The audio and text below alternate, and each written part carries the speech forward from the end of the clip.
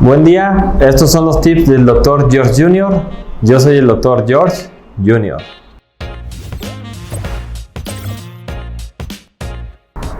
¿Qué es el pie cabo? Por ahí a veces decimos en clases o quepo, ¿no? Para que se lo aprendan.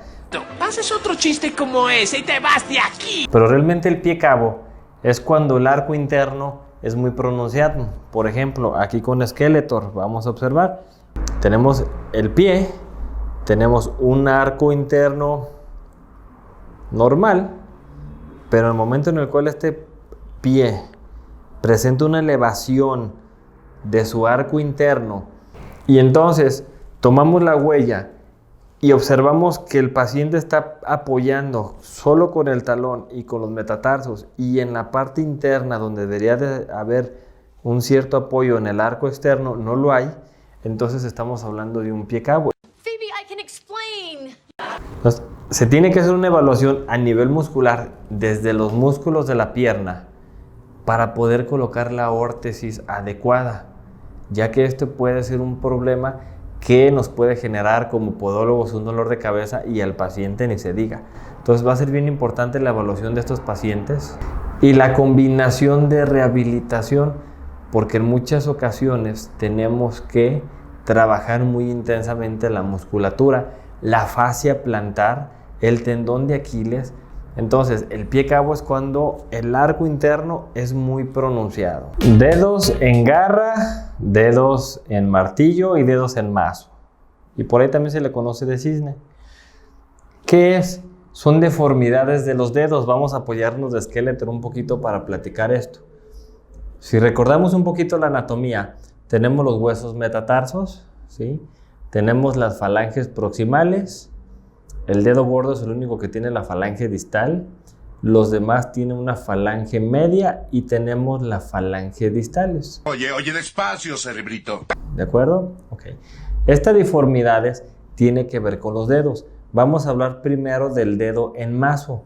El dedo en mazo es cuando la falange distal se flexiona sobre las demás. Hacer esto, ¿sí? La distal se flexiona sobre los demás. Hay unos que pueden hacer esto sin agarrarse, yo no. Los dedos en martillo es cuando son las dos falanges, la distal y la media, ¿sí? Se doblan sobre la primera en esta posición.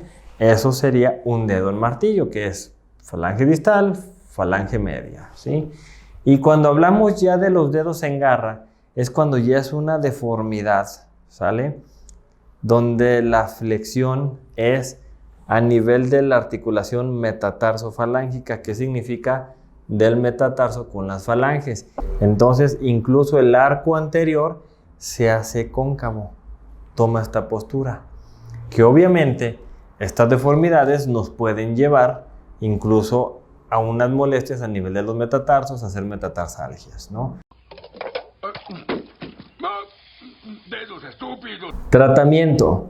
En el tratamiento, bueno, inicialmente o el paliativo, nosotros como podólogos debemos de trabajar las articulaciones, empezar a movilizarlas un poco más.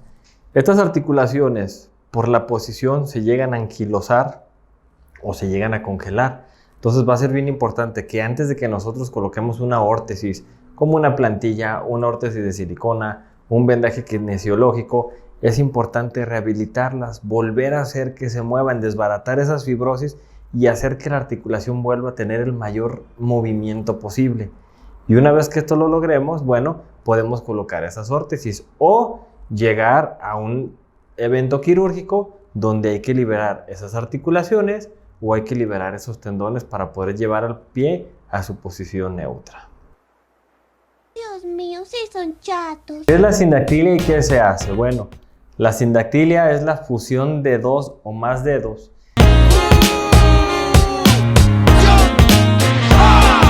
Y esta se puede dar tanto en las manos como en los pies, ¿sí?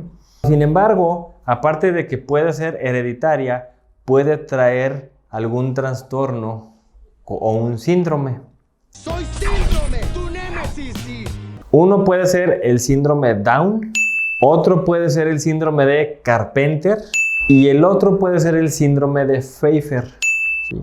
Entonces, los pacientes llegan con los deditos pegados, que los dedos más comunes son el tercero, el cuarto, el segundo, ¿sí? O sea, los del medio. Muy rara vez pueden ser los de los extremos. Entonces, llegan los pacientes, van a llegar con ustedes, van a llegar con nosotros, y lo que tenemos es primero que analizar por qué hay diferentes etapas.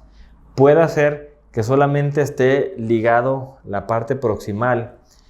Tenemos que solicitar una radiografía para ver si no ya hay incluso fusión de los huesos o incluso algún crecimiento de las falanges, y este puede llegar a ser completo, que significa que la fusión viene a ser completa y llegar hasta la yema de los dedos, ¿sí?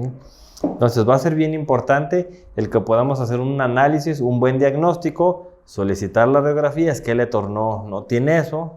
Por tu bien, más vale que este truco resulte. ¿No? Aquí ya lo estamos viendo, pero para poder valorar bien a nuestros pacientes, ¿qué hay que contemplar? La biomecánica, ¿sí? Bien importante hacer el estudio biomecánico de nuestros pacientes para poder valorar el procedimiento que es quirúrgico.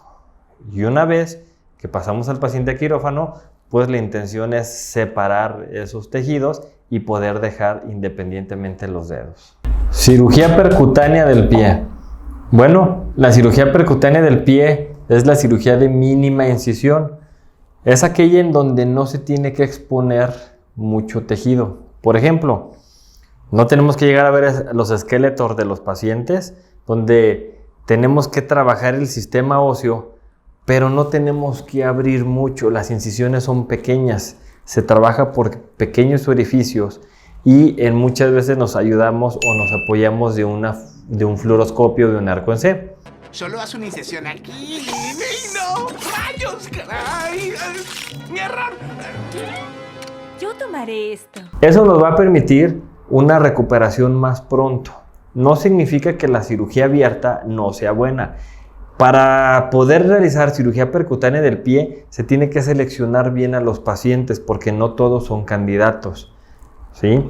Entonces, a través de la cirugía y a través de esos pequeños orificios, incidimos lo menos posible el tejido blando, abrimos menos y por ende la recuperación es más pronto en cuanto a cicatrización. Tenemos que dar un poco de rehabilitación y los tiempos se prolongan un poquito más. Esto va a depender del tipo de cirugía a realizar.